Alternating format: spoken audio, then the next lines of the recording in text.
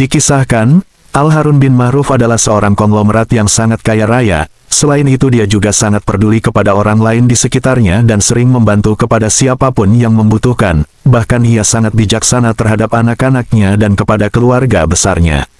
Pada suatu hari, Al-Harun bin Ma'ruf jatuh sakit. Dalam sakitnya ia menuliskan sebuah surat wasiat, yang mana dalam isi surat wasiat tersebut berbunyi, "Barang siapa yang mau menemaniku selama 40 hari di dalam kubur setelah aku mati nanti, akan aku beri warisan separuh dari harta peninggalanku."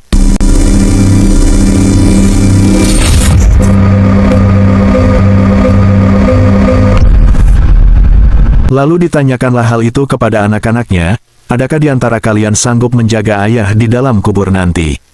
Lalu anak-anaknya pun menjawab, "Aku tidak akan sanggup ayah, lagi pula mana mungkin ada di antara kami sanggup menjaga ayah, karena pada saat itu ayah sudah menjadi mayat."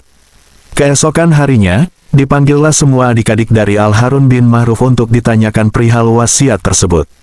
Dan beliau kembali bertanya, "Adik-adikku, sanggupkah di antara kalian menemaniku di dalam kubur selama 40 hari setelah aku mati nanti? Aku akan memberikan setengah dari hartaku bila ia sanggup menjagaku."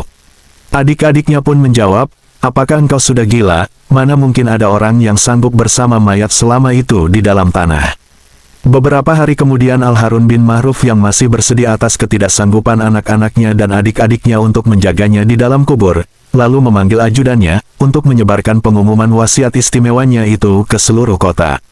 Dalam hitungan jam saja berita pengumuman itu pun sudah beredar luas ke seluruh kota, bahkan beritanya sampai pula ke pelosok desa, hingga didengarlah pengumuman itu ke seorang tukang kayu yang miskin. Dia bernama Affan bin Zabir, bahkan harta yang dimilikinya hanyalah sebuah kampak yang selalu menemaninya saat mencari kayu bakar di hutan untuk dijual, lalu dibelikan kebutuhan pokok untuk keluarganya.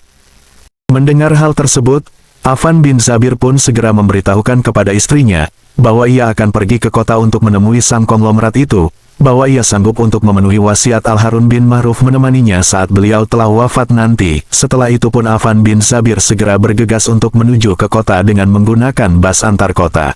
Sementara itu di tempat Al-Harun bin Ma'ruf. Akhirnya, sampai jugalah pada hari di mana konglomerat tersebut kembali ke rahmatullah. Kuburannya telah dipersiapkan dengan sangat mewah, bahkan dihias banyak bunga-bunga laksana sebuah peristirahatan yang sangat mahal, dengan segala perlengkapannya. Sesampainya Affan bin Zabir di kediaman sang konglomerat tersebut, dia pun terkejut dengan apa yang tengah terjadi, maka setelah apa yang dilihatnya itu, dia pun segera menemui kepada sang ahli waris, dan mengutarakan apa yang menjadi tujuannya. Keesokan harinya dikebumikanlah jenazah Al-Harun bin Ma'ruf, dan si tukang kayu pun ikut turun ke dalam liang lahat sambil membawa kapaknya, yang paling berharga dan menjadi harta satu-satunya yang ia miliki, untuk bekerja mencari nafkah. Setelah 7 langkah para pengantar jenazah meninggalkan area pemakaman, datanglah malaikat Mungkar dan Nakir ke dalam kubur tersebut. Affan bin Zabir pun menyadarinya siapa yang datang itu, ia segera agak menjauh dari mayat konglomerat tersebut.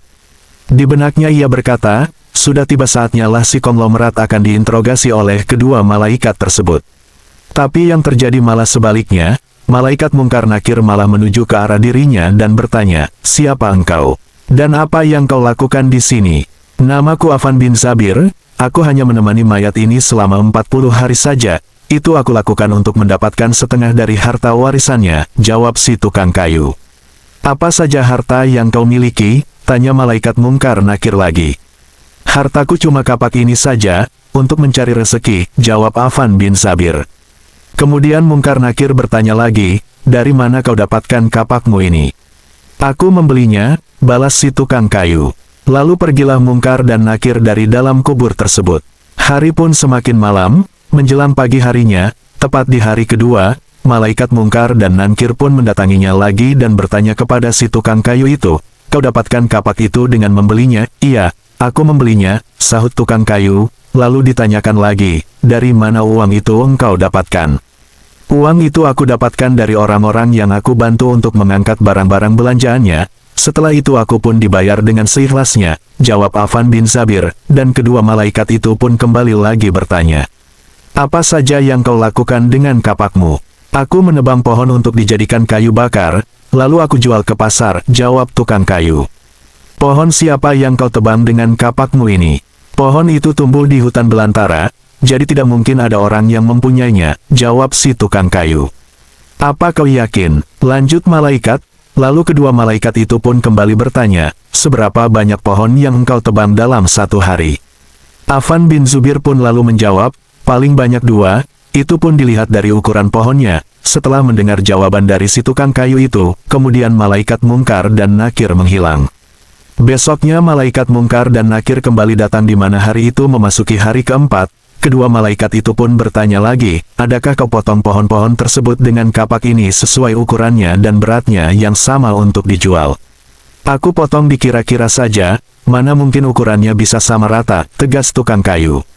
Begitu terus-menerus yang dilakukan malaikat Mungkar Nakir, datang lalu bertanya dan pergi begitu saja, sampai tak terasa sekarang 39 hari sudah berlalu. Dan yang kedua malaikat tanyakan masih berkisar dengan kapak si tukang kayu itu. Keesokan harinya di mana hari itu adalah hari terakhir atau hari ke-40 Affan bin Zubair menunggui mayat si konglomerat, tiba-tiba datanglah Mungkar dan Nakir, kembali lagi bertemu dengan tukang kayu tersebut, lalu berkatalah Mungkar dan Nakir, hari ini kami akan kembali bertanya soal kapakmu itu. Belum sempat Mungkar Nakir melanjutkan pertanyaannya, si tukang kayu tersebut segera melarikan diri ke atas dan membuka pintu kubur tersebut. Ternyata di luar sudah banyak orang yang menantikan kehadirannya untuk keluar dari kubur tersebut. Affan bin Zubair dengan tergesa-gesa keluar dan lari meninggalkan mereka sambil berteriak, kalian ambil saja semua bagian harta warisan itu, karena aku sudah tidak menginginkannya lagi, kalian ambil saja semua bagian itu. Ia pun terus berteriak dan terus berlari hingga meninggalkan lokasi pemakaman itu. Singkat cerita, sesampai di rumah, si tukang kayu itu dengan berlinang air mata ia lalu berkata kepada istrinya, aku sudah tidak menginginkan separuh harta warisan dari mayat itu.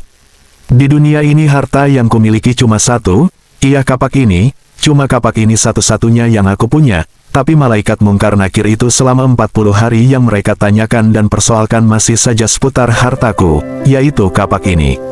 Bagaimana jadinya kalau hartaku begitu banyak, entah berapa lama dan bagaimana aku bisa menjawab pertanyaan-pertanyaan dari kedua malaikat tersebut.